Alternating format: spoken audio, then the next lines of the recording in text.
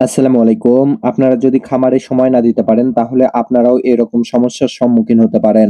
আমি আপনাদেরকে ভিডিওর মাধ্যমে বলেছিলাম যে আমি এই রমজান মাসের ১ টা মাস খামারে সময় দিতে পারতেছি না। যেহেতু আমাদের একটা দোকান আছে, এই দোকানে আমাকে এই রমজান মাসের ১ টা মাস সময় দিতে হয়, সেহেতু আমি এই খামারে সেরকমভাবে সময় দিতে পারতেছি না। যেহেতু আমি এই খামারে এখন সেরকমভাবে সময় দিতে পারতেছি না, সেহেতু আমার অবর্তমানে আমার আম্মা এই মুরগিদেরকে খাবার পানি দেন এবং দেখাশোনা করেন। যদিও উনি মুরগিদেরকে দেখলে বুঝতে পারেন না যে কোন মুরগির কোন রোগ হয়েছে এবং কোন মুরগি রোগে আক্রান্ত হয়েছে, এটা সঠিকভাবে নির্বাচন করতে পারেন না। সেহেতু আমার এই মুরগিদের মধ্যে থেকে বেশ কয়েকটা মুরগি রোগে আক্রান্ত হয়ে গিয়েছে এবং বেশ ভালো পরিমাণ অসুস্থ হয়ে গিয়েছে এই মুরগিগুলো। যেহেতু আমি সারাদিন বাড়িতে থাকতে পারি না, সেহেতু এই মুরগিদেরকে সঠিকভাবে ঔষধ প্রয়োগ করতে পারি না। সেহেতু এই মুরগিদের মধ্যে থেকে আমার ৩ থেকে ৪ টা মুরগি মারাও গিয়েছে। কেননা আমি আপনাদেরকে দেখিয়েছি যে বিগত দিন যে পরিমাণ শীত পড়েছিল, এই শীতের মধ্যেও আলহামদুলিল্লাহ আমার একটা মুরগিও মারা যায়নি। সেহেতু এখন বর্তমানে গরমের সিজন চলতেছে, সেহেতু এখন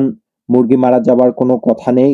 যদিও আমি এখানে সময় দিতে পারতেছি না, সেহেতু হয়তো এখানে মুরগি মারা যাচ্ছে। তো যাই হোক, এখন আমি মুরগিদেরকে ঔষধ পানি দেওয়ার চেষ্টা করতেছি নিয়মিত, এবং যে ২ টা মুরগি অসুস্থ হয়ে গিয়েছিল বেশি, সেই ২ টা মুরগিকে জবাই করতে হয়েছে। কেননা মুরগি মেরে ফেলে দিয়ে কোনো লাভ নেই। যদিও আমি এখানে এখন খামারে সেরকমভাবে সময় দিতে পারতেছি না, সেহেতু আমি সেরকমভাবে কোনো রিস্ক নেইনি। সেহেতু এই ২ টা মুরগিকে জবাই করেছি। এবং আপনারা সবসময় একটা জিনিস খেয়াল করবেন যে আপনারা যদি খামারে সময় দিতে পারেন তাহলে খামার সেক্টরে আসতে পারেন। আর যদি খামারের সময় না দিতে পারেন তাহলে এই খামার সেক্টরে আসার আপনার কোনো দরকার নেই। কেননা খামার সেক্টরে আসতে গেলে বেশ কিছুদিন খামার পরিচালনা করতে, করতে আপনার একটা অভিজ্ঞতা হবে।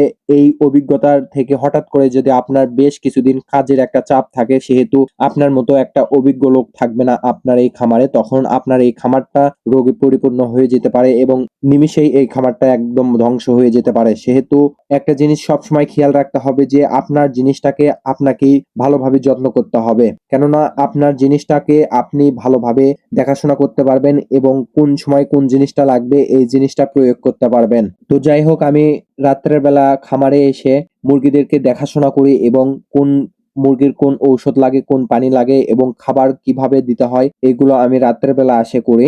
এখন একটু চাপের মধ্যে আছি, করার কিছু নাই। আল্লাহর রহমতে এই রমজান মাসটা শেষ হয়ে গেলে আবারও খামারমুখী হওয়ার চেষ্টা করব ইনশাআল্লাহ।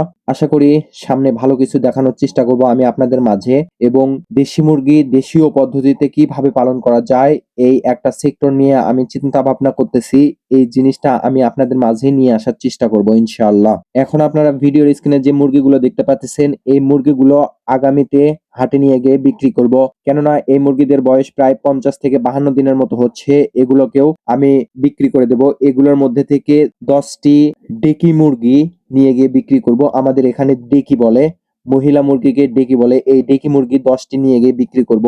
আমি একটা টার্গেট নিয়েছি, এই যে মোরগ মুরগিগুলো থাকবে এগুলোকে আমি পরবর্তীতে ২.৫ মাস কিংবা ৩ মাসের মধ্যে বিক্রি করার চেষ্টা করব। প্রথমে আমি এই মুরগিগুলোকে, যেগুলো ডেকি মুরগি আছে, এগুলোকে বিক্রি করব এবং এর পরবর্তীতে ২.৫ মাস কিংবা ৩ মাসের মধ্যে গিয়ে এই মোরগ মুরগিদেরকে বিক্রি করব।